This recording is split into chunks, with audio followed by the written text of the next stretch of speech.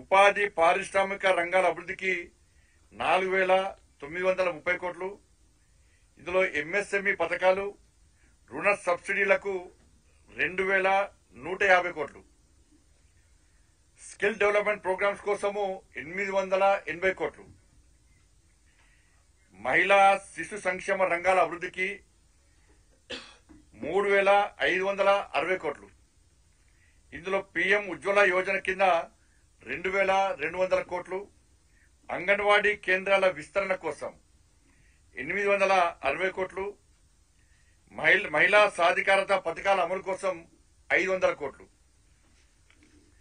Home, జాతీయ విపత్తు నిర్వహణ, రక్షణ కార్యక్రమాల అమలు కోసం మొత్తం 3,290 కోట్లు. ఇందులో ఎస్డీఆర్ఎఫ్ సహాయం కింద 1,650 కోట్లు. అగ్నిమాపక అత్యవసర సేవల కోసం 940 కోట్లు. సంక్షేమ పథకాలు, నగదు బదిలీ డీబీటీ కోసము 5,420 కోట్లు. గత ఏడాదితో పోలిస్తే ఈసారి 28% నిధులు అధికంగా కేటాయించడం జరిగింది డీబీటీ దానికోసం. పర్యాటక సాంస్కృతిక రంగాలకు 1,210 కోట్లు. అటవీ పర్యావరణ శాఖలకు 980 కోట్లు. ఈసారి బడ్జెట్ లో ఉద్యోగులకు 12,75,000 వరకు ట్యాక్స్ మినహాయింపు ఇచ్చిన విషయం అందరూ తెలిసిందే. ఇన్ఫ్రాస్ట్రక్చర్ అభివృద్ధి కోసం 50 ఏళ్ల పాటు వడ్డీ లేని రుణాలు ఈ ఏడాది బడ్జెట్ లో 2,500 కోట్లు కేటాయించడం జరిగింది. ఒక్కొక్క రైతుకు 5 లక్షల రుణం ఇచ్చేలా కిసాన్ క్రెడిట్ కార్డులు, చిన్న వ్యాపారులకు 5 లక్షల రూపాయల వరకు కస్టమ్స్ క్రెడిట్ కార్డ్స్, స్టార్టప్ల కోసం 10,000 కోట్ల ఫండ్. తొలిసారి వ్యాపారాన్ని అంటే ఫస్ట్ టైం బిజినెస్ స్టార్ట్ చేసేటువంటి 5 లక్షల మంది మహిళలకు ఒక్కొక్కరికి 2 కోట్ల రూపాయల చొప్పున టర్మ్ రుణాలు లోన్స్ ఇవ్వడం జరిగింది, ఇవ్వడానికి సిద్ధమైంది. సాక్ష్యం అంగన్వాడీ పోషణ్ కింద 8 కోట్ల మందికి పైగా ఇలా పిల్లలు మానసిక పోషకాహారం కోసం కూడా నిధులు కేటాయించడం జరిగింది. యువతకు ఉపాధిని పెంచేందుకు ఎంఎస్ఎంఈ క్రెడిట్ బూస్ట్ కింద 1,50,000 కోట్లు. పీఎం స్వనిధి విస్తరణ, వీధి వ్యాపారులకు యూపీఐ లింక్డ్ క్రెడిట్ కార్డు కూడా ఇవ్వడం జరుగుతూ ఉన్నది. పీఎం జన్ ఆరోగ్య యోజన కింద 1 కోటి మందికి గిగ్ కార్మికుల కోసం ఆరోగ్య సంరక్షణ కవరేజ్ కూడా ఇవ్వడం జరుగుతున్నది. గిగ్ అంటే వీళ్ళందరూ డైలీ మనకి డోర్ టు డోర్ సప్లై చేస్తారు కదా అనేక వాళ్ళకి సంబంధించి. జిల్లా ఆసుపత్రిలో డే కేర్ క్యాన్సర్ కేంద్రాల ఏర్పాటు, దీర్ఘకాలిక పెట్టుబడుల ప్రాజెక్టుల కోసం 1,50,000 కోట్ల వడ్డీ లేని రుణాలు. ఉడాన్ స్మార్ట్ సిటీ మిషన్ కింద కొత్త విమానాశ్రయాలు, అదేవిధంగా మెట్రో స్టేషన్ల విస్తరణ కూడా చెప్పడం జరిగింది. స్వామినిధి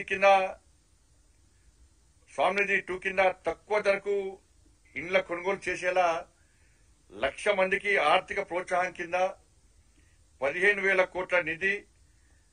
అర్బన్ ఛాలెంజ్ కింద 1,00,000 కోట్లతో కూడా నిధిని కూడా ఏర్పాటు చేయడం జరిగింది. ఇది మొత్తం కలిస్తే 1,08,000 కోట్ల రూపాయలు తెలంగాణ రాష్ట్రానికి ఈ విధంగా నిధులు కేటాయించడం జరిగింది. ఇన్ని కేటాయించినా కూడా కళ్ళుండి చూడలేని కబుద్దులాగా కాంగ్రెస్ పార్టీ నాయకులు వివరిస్తున్నారు. చెవులుండి వినలేని పరిస్థితి ఇలా కాంగ్రెస్ పార్టీ నాయకులకు ఉంది. అన్ని తెలిసినా కూడా కేవలం కేంద్ర ప్రభుత్వాన్ని బదనాం చేయడమే లక్ష్యంగా వాళ్ళ 6 గ్యారెంటీల విషయంలో ప్రజల దృష్టి మళ్లించడానికి ఇలా కాంగ్రెస్ పార్టీ ప్రయత్నం చేస్తా ఉన్నది. ఇన్ని నిధుల విషయంలో చర్చ జరిగితే ఇన్ని నిధులు కేటాయించిందని చెప్పి ఇలా చెప్పే ప్రయత్నం చేస్తే వాళ్ళ కేంద్రము పక్కా నిధులు ఇచ్చింది, బడ్జెట్ లో నిధులు ఇచ్చింది తెలంగాణ రాష్ట్రానికి. మరి 6 గ్యారెంటీల సంగతి ఏంది అని చెప్పి ప్రజలను ప్రశ్నిస్తారని చెప్పి భయపడి కాంగ్రెస్ పార్టీ ఒక ప్లాన్ ప్రకారం కేంద్రాన్ని విమర్శించే ప్రయత్నం చేస్తా ఉన్నది. గతంలో బీఆర్ఎస్ పార్టీకి ఇదే విధంగా చేసింది. అప్పుడు మండలాల వారీగా పాదయాత్ర సందర్భంగా కానీ ఇతర నాయకుల పర్యటన సందర్భంగా కానీ ఏ మండలానికి, ఏ గ్రామానికి, ఏ జిల్లాకు తెలంగాణ రాష్ట్రానికి ఏ ఏ పథకానికి ఎన్ని నిధులు ఇచ్చిందో స్పష్టం చేసిన తర్వాత బీఆర్ఎస్ పార్టీ నాయకులు అన్ని మూసుకొని కూర్చున్నారు. ఇలా భారతీయ జనతా పార్టీ సిద్ధం ఉంది. వాళ్ళ ఏ ఏ గ్రామానికి, ఏ ఏ మండలానికి, ఏ ఏ జిల్లాకు, ఏ పథకానికి ఎన్ని నిధులు ఇచ్చిందో చెప్పడానికి మేము సిద్ధం. కాంగ్రెస్ పార్టీ చర్చకు సిద్ధమా? మీరు కూడా ఏ గ్రామానికి, ఏ మండలానికి, ఏ జిల్లాకు, ఏ పథకం కింద ఎన్ని నిధులు ఇచ్చారు, ఏ పథకం అమలు చేస్తున్నారు, మీ ఆరు గ్యారెంటీల సంగతి ఏందో చర్చించడానికి కాంగ్రెస్ పార్టీకి దమ్ముందా అనే విషయాన్ని ఇలా సవాల్ చేస్తున్నారు. కాబట్టి ఇప్పటికైనా కూడా కేంద్రంతో సహకరించాల్సిన బాధ్యత రాష్ట్ర ప్రభుత్వానికి ఉంటుంది. అన్ని విధాల కేంద్రం సహకరిస్తున్నది, తెలంగాణకు నిధులు ఇస్తున్నది. కానీ రాష్ట్ర ప్రభుత్వం కేంద్రాన్ని విమర్శించడమే పనిగా పెట్టుకున్నది. ఒక ప్రధానమంత్రి స్థాయిని చూడకుండా ముఖ్యమంత్రి గారి నుంచి గల్లీ స్థాయి వరకు ఇష్టానుసారంగా వక్ర భాషలు చెప్తూ అసభ్య పదాలను వాడుతూ ఇవాళ ప్రధానమంత్రి గారిని ఏ విధంగా అగౌరవపరుస్తున్నారో ఒక్కసారి తెలంగాణ సమాజం ఆలోచించాలి.